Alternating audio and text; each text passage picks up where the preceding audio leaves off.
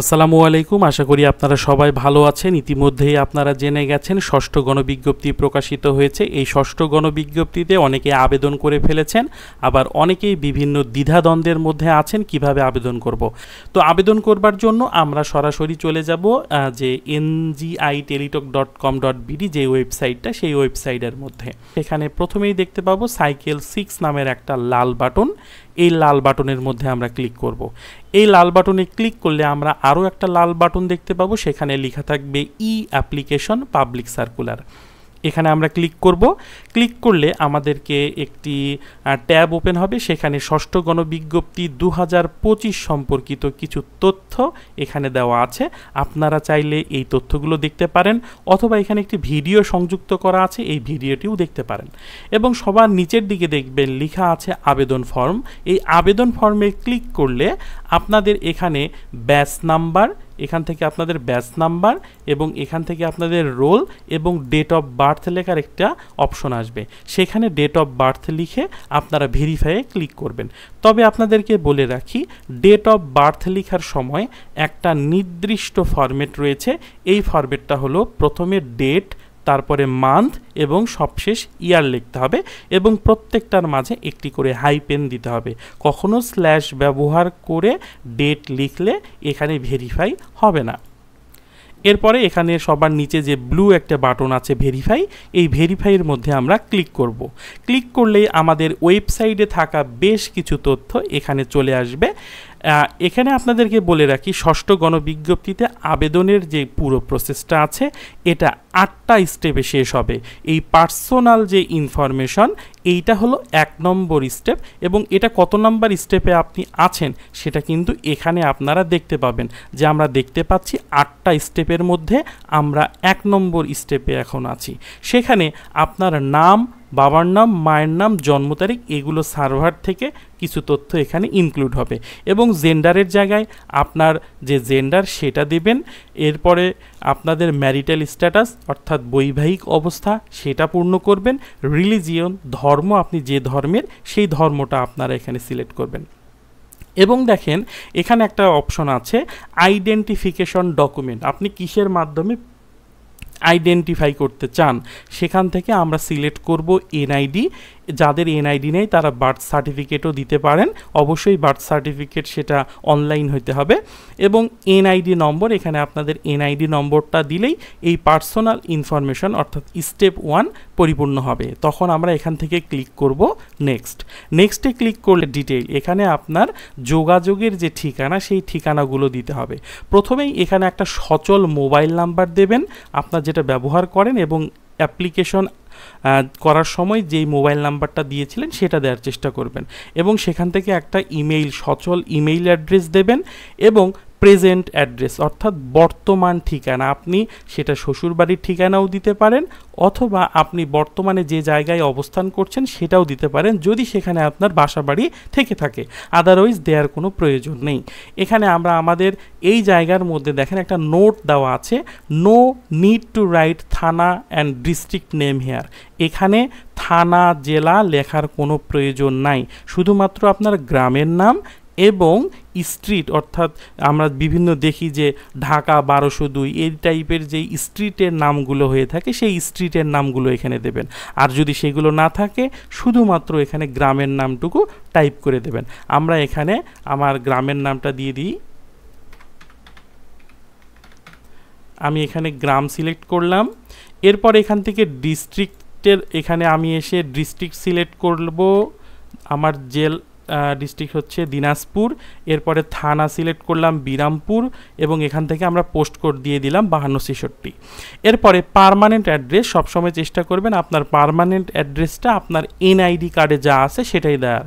এরপরে এখানে আমার যেহেতু প্রেজেন্ট এবং পার্মানেন্ট অ্যাড্রেস দুটোই এক, আমি সেই তথ্যগুলোই এখানে ইনপুট করলাম, ডিস্ট্রিক্ট, থানা এবং পোস্ট কোড দেওয়ার পরে আমি এখান থেকে ক্লিক করব নেক্সট। নেক্সটে ক্লিক করলে আমরা দেখেন চলে এসেছি 8টা স্টেপের মধ্যে 3 নম্বর স্টেপে। এই 3 নম্বর স্টেপটা হলো পুলিশ ভেরিফিকেশন এরিয়া। এর জন্য আমরা এখান থেকে সিলেক্ট করব পুলিশ ভেরিফিকেশনের জন্য আমরা ডিভিশনের এই অংশে সিলেক্ট করব রংপুর। এরপরে ডিস্ট্রিক্ট আমরা সিলেক্ট করলাম এখান থেকে দিনাজপুর, থানা সিলেক্ট করলাম আমরা বিরামপুর।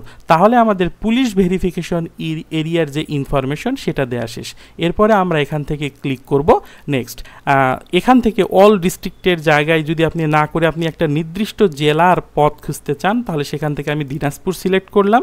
এরপরে এখান থেকে আমি একটা উপজেলা বা থানা সিলেক্ট করি।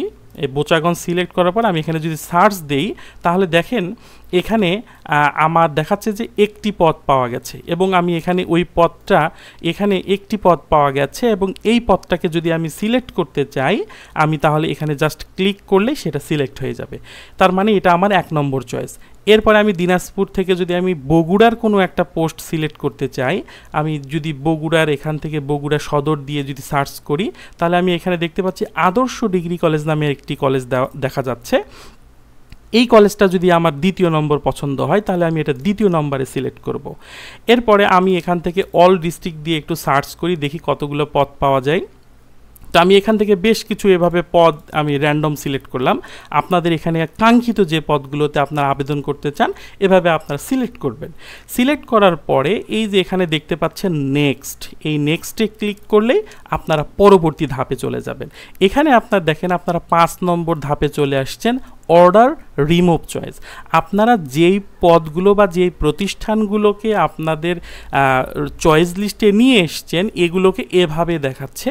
তো এইভাবে দেখাইলেও আপনাদের কাজ করতে একটু অসুবিধা হবে, এই কারণে আপনারা শো অ্যাজ রো এই যে অপশনটা, এই অপশনটা এনেবল করে দেবেন, তাহলে এটা একটার পর একটা এভাবে নিচে আসবে। এবার আপনারা চাইলে আপনার পছন্দের ক্রমগুলোকে সাজাতে পারবেন, অর্থাৎ রিঅর্ডার করতে পারবেন। ধরুন আমি এই যে 12 নম্বরে যে আল গাজ্জালি ইসলামিয়া কামিল মাদ্রাসা, আমি চাচ্ছি এই কলেজটা একেবারে আমার চয়েস লিস্টের উপরে থাকবে। তাহলে আমি কি কাজ করব? তাহলে এই যে দেখেন এইখানে আমার মাউসটা নিয়ে আসলে এই উপরে একটা অ্যারো এবং নিচে একটা অ্যারো দেখাবে। আমি যদি এই উপরের অ্যারোটাকে এভাবে চাপি, সে আস্তে আস্তে করে এটা উপরে উঠতে থাকবে, আমি এভাবে উপরে নিয়ে যেতে পারবো। অথবা আপনি চাইলে আরও একটা কাজ করতে পারেন, এটাকে জাস্ট এভাবে ড্র্যাগ করে ধরে মাউসেরটাকে ধরে একেবারে সবার উপরে নিয়ে যায়, যদি ছেড়ে দেন এভাবে সে কিন্তু সবার উপরে চলে যাবে। তো এই গেল হচ্ছে চয়েস অর্ডার সাজানো, এবং কোনো চয়েস যদি ভুলক্রমে চলে আসে সেটাকে ডিলিট করা। ডিলিট করবার জন্য কিছু না, আমরা এই মাঝের যে ক্রস বাটনটা আছে এখানে ডাবল ক্লিক করলেই এটা চলে যাবে। তো এভাবে যখন আপনার সমস্ত চয়েস লিস্ট, অর্থাৎ আপনি 40টা দিতে চান বা 15টা দিতে চান, আপনার ইচ্ছা মতো চয়েস সাজিয়ে আমরা এখান থেকে ক্লিক করব নেক্সট। নেক্সটে ক্লিক করলে এরকম একটা অপশন আসবে, যেটা হচ্ছে স্টেপ নাম্বার 6। সেখানে জয়নিং প্রিফারেন্স নামের একটা ট্যাব ওপেন হবে। সেখানে বলছে পূর্ববর্তী ধাপে পছন্দকৃত পদসমূহে যদি আপনি প্রাথমিকভাবে সুপারিশের জন্য বিবেচিত না হন, তাহলে এনটিআরসিএ কর্তৃপক্ষ বাংলাদেশের যে কোনো প্রান্তের শিক্ষা প্রতিষ্ঠানে মেধা ও জ্যেষ্ঠতার ভিত্তিতে আপনার জন্য প্রযোজ্য শূন্য পদ প্রাপ্তি সাপেক্ষে প্রাথমিক সুপারিশের জন্য মনোনীত করতে পারে, অর্থাৎ ইএস অপশন। আপনি যদি নো আই ডোন্ট অ্যাগ্রি দেন, তাহলে কিন্তু আপনার এই যে চয়েস লিস্ট সাজিয়েছেন তার বাহিরে কোনো প্রতিষ্ঠানে আপনাকে নিয়োগ প্রদান করবে না। আর যদি আপনি ইয়েস অ্যাগ্রি দেন, তাহলে এনটিআরসি আপনার মেধা অনুযায়ী পদ শূন্য থাকা সাপেক্ষে আপনাকে সেখানে সুপারিশ করবে। এর জন্য আপনারা যেটা করবেন, যে ধরনের প্রতিষ্ঠানে আপনি আবেদন করতে ইচ্ছুক, এর জন্য ফার্স্ট প্রিফারেন্সের জায়গায় আপনারা দিবেন জেনারেল। আপনি জেনারেল কোনো কলেজ পাইলে সেখানে বা স্কুল পাইলে সেখানে, এবং সেকেন্ড প্রিফারেন্সে আপনারা দিবেন মাদ্রাসা, যে আপনারা মাদ্রাসাতে দিতে পারেন। অথবা আপনি সেকেন্ড প্রিফারেন্সেও জেনারেলের কোনো কিছু একটা দিতে পারেন, সেটা অ্যাজ আপনার পছন্দ মতো। এভাবে আমি 2টাই জেনারেল দিলাম, যে আমি জেনারেল ছাড়া কোথাও চাকরি করব না। এখন তবে আপনাদের যদি মার্কস কম হয় সেক্ষেত্রে মাদ্রাসাটাও আপনি দিতে পারেন। এই গেল হচ্ছে জয়নিং প্রিফারেন্স, অর্থাৎ স্টেপ 6। আর বাকি থাকলো 2টা স্টেপ, সেই 2টা স্টেপও আমরা এখন আস্তে আস্তে দেখব। এরপরে আমরা নেক্সটে ক্লিক করব। নেক্সটে ক্লিক করলে দেখেন এখানে বলছে অবশ্যই নিবন্ধনে ব্যবহৃত ছবি প্রদান করতে হবে। এটা প্রথমে আগে থেকে ছবিটা আমি দিয়ে রাখছিলাম, সে কারণে আসছে। তো এটা ছবি আপনার থাকবে না, এই ছবির জায়গাতে আপনার পছন্দ মতো যে ছবি আপনি অ্যাপ্লিকেশন করার সময় দিয়েছিলেন সেই ছবিটাই এখানে দিবেন। ছবির সাইজ অবশ্যই 300 হতে হবে এবং সিগনেচার আপনি যেই সিগনেচার ব্যবহার করেছিলেন আবেদনের সময় সেই সিগনেচারটা আপনি এখানে ব্যবহার করবেন। যদি ছবির সাইজ না হয় তাহলে আপনারা এখান থেকে সেই ছবির সাইজটাকে রিসাইজ করে নিতে পারবেন। এরপরে আমাদের এখানে গেল ছবি এবং সিগনেচার এবং ডিক্লারেশনের একটা ট্যাব আপনারা দেখতে পাবেন, এখানে কিন্তু একটা ক্লিক দিতে হবে। আমরা ক্লিক করব নেক্সটে ক্লিক করলে আমরা কিন্তু একেবারে 8 নম্বর যে ধাপ সেই 8 নম্বর ধাপে আমরা চলে যাব। সেখানে আমরা আমাদের সমস্ত তথ্যগুলো যেগুলো দিয়ে এসেছি সেই সমস্ত তথ্যগুলো আমরা এখানে অ্যাট এ গ্লান্স দেখতে পাবো এবং সবার নিচে আমরা দেখতে পাবো যে আমি I agree to join any institute of the country selected by the authority of basis of merit। এটা কিন্তু ইয়েস অপশন দেওয়ার জন্য এখানে আসছে। যদি আমি ইয়েস অপশন না দিতাম তাহলে কিন্তু এটা এখানে আসতো না।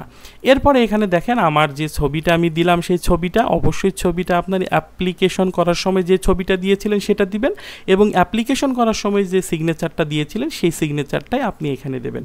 দেওয়ার পরে এখানে দেখতে পাচ্ছেন সাবমিট, এখানে সাবমিটে ক্লিক করলেই আপনার অ্যাপ্লিকেশনটা সাবমিট হয়ে যাবে এবং এই ফর্মটা ডাউনলোড করার পর আপনারা যে পেমেন্ট প্রসেসটা আছে সেই পেমেন্ট প্রসেসটাকে ফলো করে আপনারা পেমেন্ট করে দেবেন। আমি যেহেতু অলরেডি একজন ইন্ডেক্সধারী এবং এনটিআরসি এবং শিক্ষা মন্ত্রণালয়ের নীতিমালা অনুযায়ী যেহেতু আমি ইন্ডেক্সধারীরা আবেদন করতে পারবে না সে কারণে আমি এখানে সাবমিট করছি না, সাবমিট করলে আমার সমস্যা হবে। তো আমি আর সাবমিটও করব না এবং টাকাও পেমেন্ট করব না। আর আরেকটা বিষয়, সাবমিট করার পর টাকা পেমেন্ট না করলে আপনার এই আবেদনটা কিন্তু গ্রহণযোগ্য হবে না।